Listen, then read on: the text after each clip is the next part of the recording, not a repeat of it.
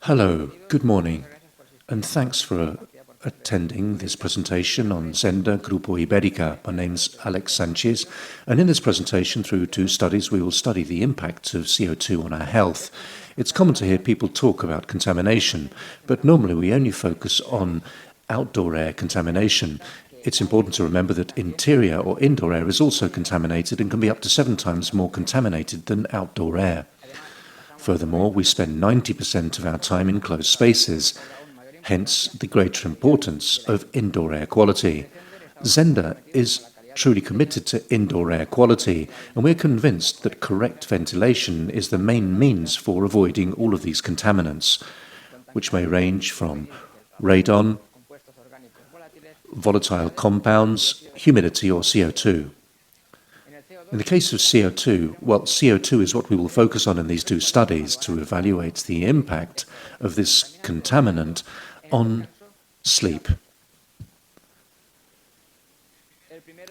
The first study that we will analyze was carried out by our colleague Bart Kremers in the Netherlands, based on the study that we will look at later by Zehnder, analyzing air quality and its effect on sleep.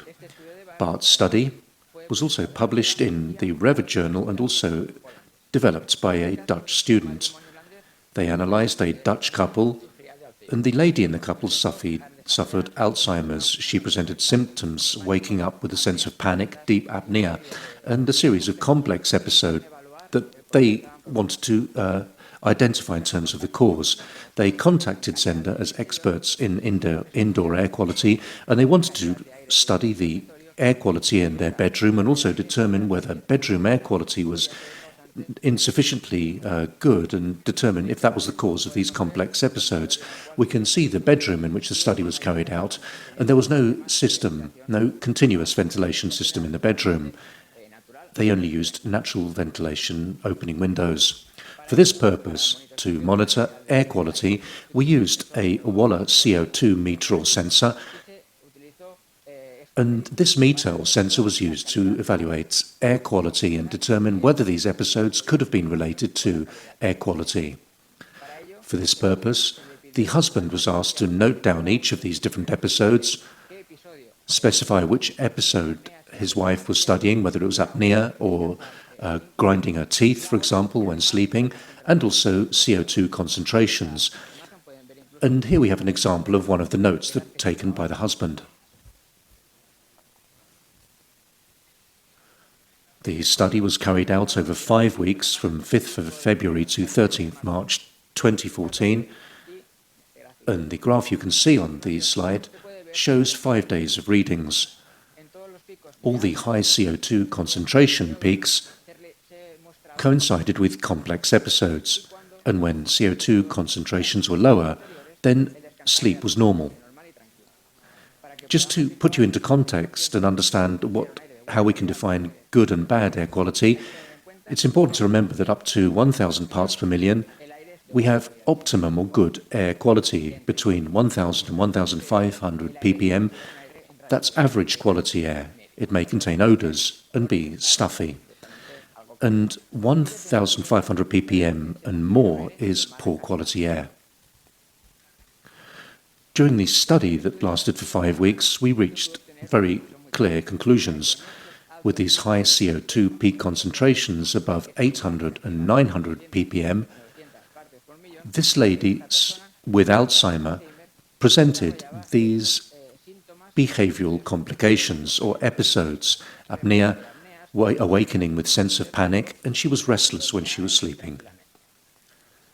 When concentrations were below 800 ppm, sleep was completely normal, and all of these complex episodes were eliminated. It's true that people that suffer dementia adapt worse to variations in CO2 concentration.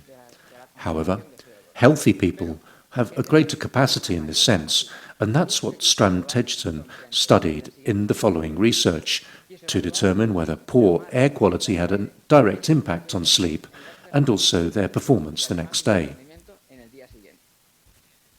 In this study, a trial was performed with 20 participants of different nationalities, They monitored air quality, as well as temperature, CO2, relative humidity, CO2 concentration as in the previous case, and they also calculated minimum ventilation to guarantee good quality. They monitored participants' sleep patterns, and they included an online test that the participants had to complete 10 minutes after awakening. This online test consisted of different parts. The first part was the Tsai-Partington numbers list. It was a 3-minute test. The second test was a grammatical reasoning test with a 4-minute assessment. Additionally, 15 questions of the Groningen Sleep Quality Scale were included to measure aspects of sleep quality and physical aspects, for example, mouth or nasal dryness. 2 different tests were included here: ventilation through windows on the one hand, as in the previous case, and a second trial, a final trial, in which a controlled ventilation system was incorporated. After all the data had been obtained, some very interesting conclusions could be drawn. Did patients with ventilation systems or good air quality sleep better? How much better? And were there any physical aspects that meant that sleep was more complete? Well, the first of the data that we will look at is air freshness. These participants that had ventilation felt that air was fresher compared with those that did not have ventilation, who felt the air was rather more stuffy.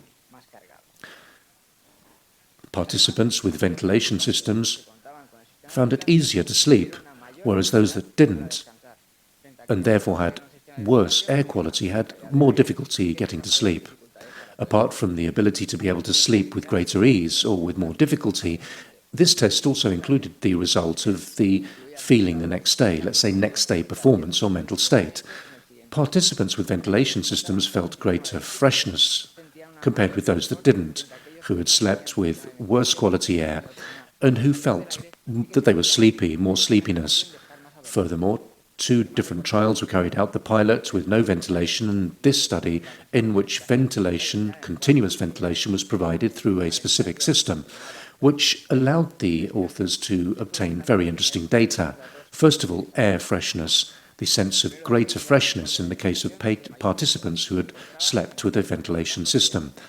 The next day feeling was of greater relaxation than those who had slept thanks to this good quality of air. Furthermore, the sleep in participants who rested and slept with good ventilation and good quality air was more complete, and their next day feeling was of being more relaxed, more rested, and they didn't feel so sleepy, because sleepiness was felt more by participants who did not have ventilation systems. With these 2 studies, we can draw a very clear conclusion. CO2 concentration and indoor air quality have a direct impact on our health and also on our sleep. And this has an impact on next day performance, both in the case of people with a disorder like dementia or Alzheimer, which may have a greater impact on our sleep or rest, or healthy people who have greater adaptation capacity, but whose performance will be affected. So it's important to guarantee good indoor air quality. And for this purpose, the main way to achieve this, we have to use ventilation. Both studies are available.